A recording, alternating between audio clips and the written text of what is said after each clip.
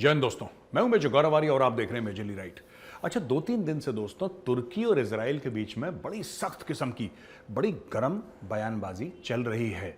मैं आपको 2-3 बयान समझाता हूं, फिर मैं उसके पीछे जाके आपको एनालाइज करके बताऊंगा कि ये बंदा जो है ये बात क्यों कह रहा है। एर्दोगान ने ये बोला है तुर्की को और वेस्टर्न कंट्रीज को खास तौर से निशाने पे लाते हुए ये बोला है कि क्या आप क्रेसेंट और क्रॉस की दोबारा लड़ाई करना चाहते हैं, देखना चाहते हैं। क्रेसेंट क्या है?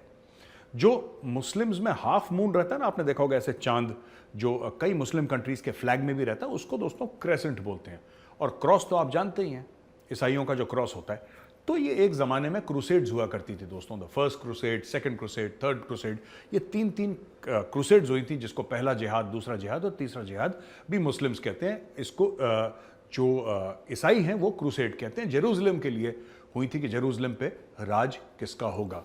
उसके कई सारे अलग अलग लोग, अलग विलन्स और हीरोज हैं इनके, 1000 साल पहले की क्रूसेड के। किसी के लिए सलाउद्दीन अयूबी हीरो है, किसी के लिए Richard the Lionheart hero है।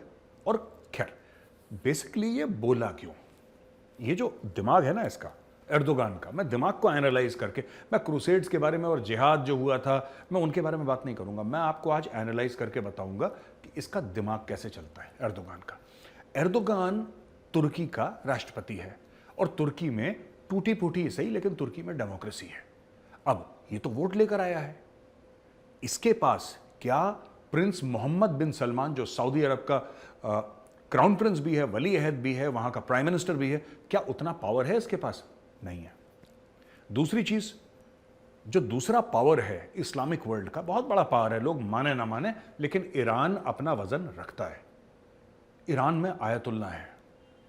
क्या इसके पास आयतुल्ला का जैसा पावर है? नहीं है। तो ये करता क्या है फिर? ये क्या करे? इसके पास तेल नहीं है, इसके पास आयतुल्ला जैसा पावर नहीं है, इसके पास वो जो प्रिंस मोहम्मद बिन सलमान है उस जैसा इसके पास शक्तियां नहीं है, ताकत नहीं है, तो करे क्या? ये मुस्लिम स्ट्रीट जो है, जो सड़क पे आम मुसलमान चलता है, उसको भड़काने की बात। क्योंकि देखिए, याददाश्त लोगों की बड़ी लंबी होती है कि 1000 साल पहले उनके बाप दादा हमारे बाप दादाओं से लड़े थे, यानी कि overlordship of the Muslim world. अब देखिए, सऊदी अरब के पास तेल के अलावा क्या है? मक्का कहाँ है? सऊदी अरब में। मदीना कहाँ है? सऊदी अरब में।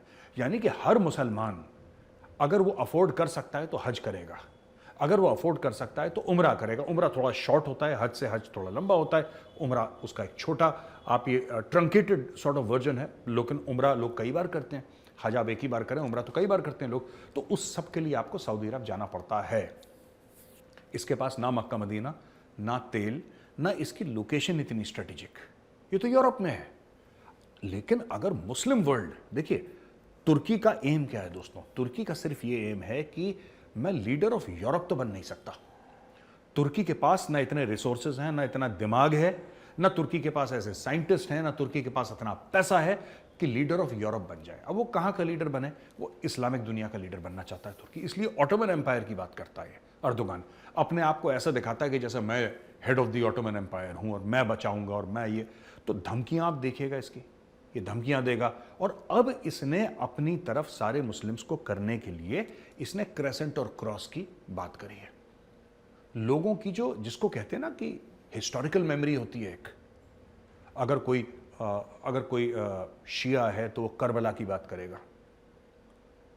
करबला 1000 से भी ज्यादा साल पहले हुआ था, लेकिन शिया करबला की बात करेगा। कोई हिंदू है, अगर आप उसको महाभारत की बात बोलेंगे उसको समझ में आएगी बात, वो महाभारत की बात करेगा। तो क्या होता है कि दोस्तों, पुरानी मेमोरीज होती हैं, हजारों साल पुरानी।